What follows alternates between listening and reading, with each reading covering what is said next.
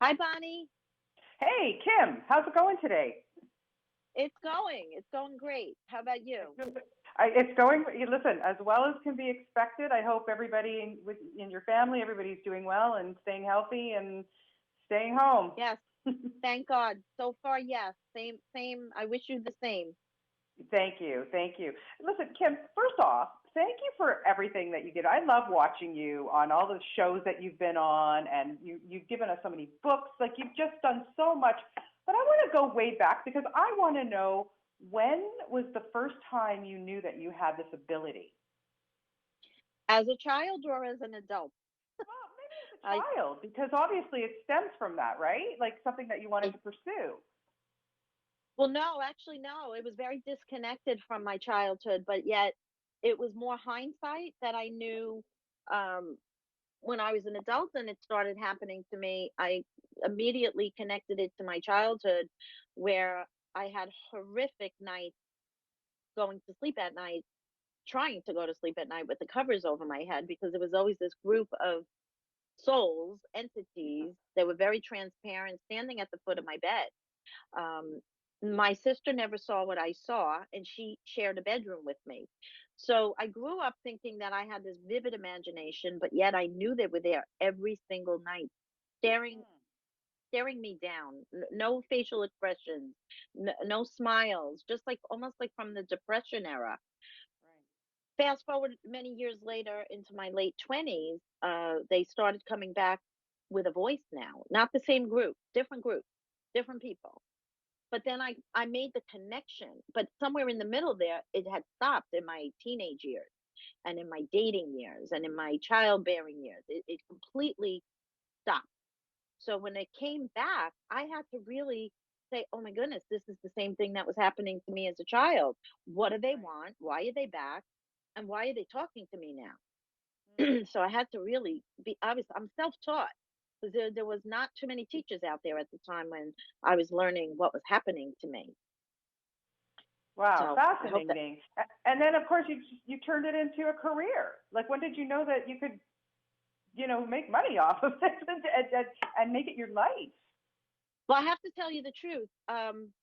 This was never anything I picked. I was in real estate management, and I Yeah. didn't plan on making this a career whatsoever. And I did read people for free for one whole year because I didn't really still know what was happening to me, and I didn't know if I would always be able to deliver what they were looking for. So after a year, one whole year of reading people in and out of my home, it was all word of mouth. I didn't advertise ever.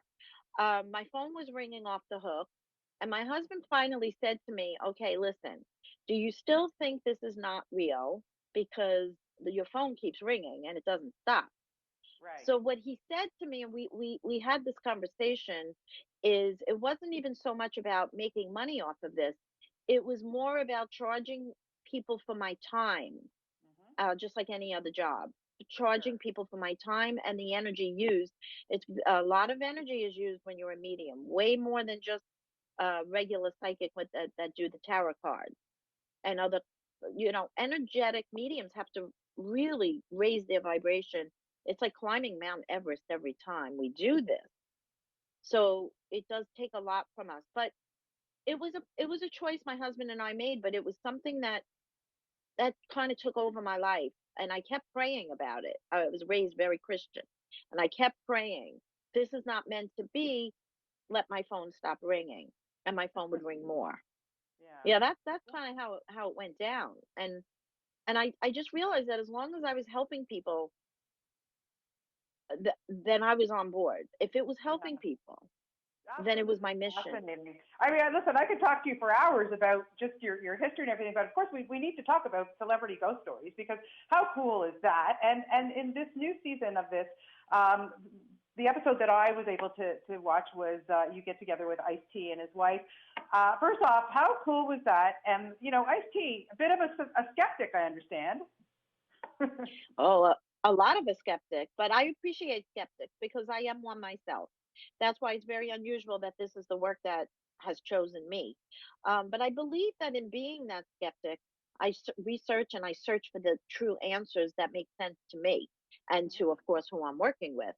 And the proof to me is in the real time information. The information speaks for itself.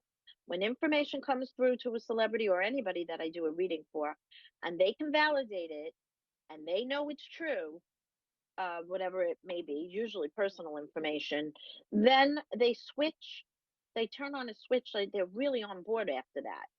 So it took a little while to get Ice-T on board, but when things started happening that nobody could explain, not even me, I believe we got his attention. The spirit world helps me. The spirit world helps me get the attention of the non-believers. I don't really have to do the work. They do the work. Yeah, because I was going to ask you, like, how do you, what's the main thing about connecting with somebody and getting them to trust you? Because I'm sure a lot, I mean, listen, of course, people seek you out and they want your, they want your help, but then of course you're going to people who you're trying to convince and connect with. Is there a secret to that? There's no secret. What I do is I connect to them on a soul level.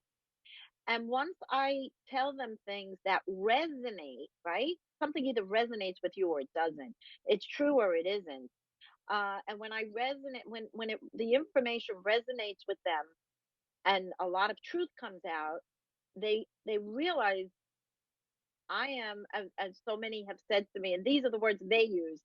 You are the real deal. Mm-hmm. And I laugh because I'm like, well, did you think you were meeting with someone who wasn't? And they said, well, this is Hollywood. We don't know. And Right. I always find that comical, but I appreciate the network that I've worked with, for A&E Network. They've always allowed me to just be who I am and never ever censor me. They they they believe in the process. They've seen it themselves. They believe in it, and so for that, I'm very grateful. Yeah, and there's a lot of great episodes to come for this season. And who was your favorite celebrity to work with? I know that's not being fair, but you can tell me. Well, the truth is they were all great in their own way, truly, and I mean that, in a different way. But the most enjoyable for me, and it's okay. I don't mind saying it. No offense to anybody else. They were all great. But there's something about Terry Bradshaw, and I didn't even know really who he was. I mean, I knew he was in the football arena. I've seen him. My husband watches football and whatnot, but I didn't know his personality. I never sat and listened to the man. Oh my gosh, but he really was something else. I'll say that. Very enjoyable. Yeah, I can't wait to watch that because he is a lot of fun, as is like all the celebrities that we're going to look forward to on this season. But Kim, thank you so much for your time this morning, and we're all looking forward to Celebrity Ghost Stories. I know I can't wait to dive into the rest of the season, and just best of luck to you and good health to you and your family. Same to you. Enjoy the series. Okay, Thank you thanks for so much. having me. Okay, Thank take you. care. Bye bye.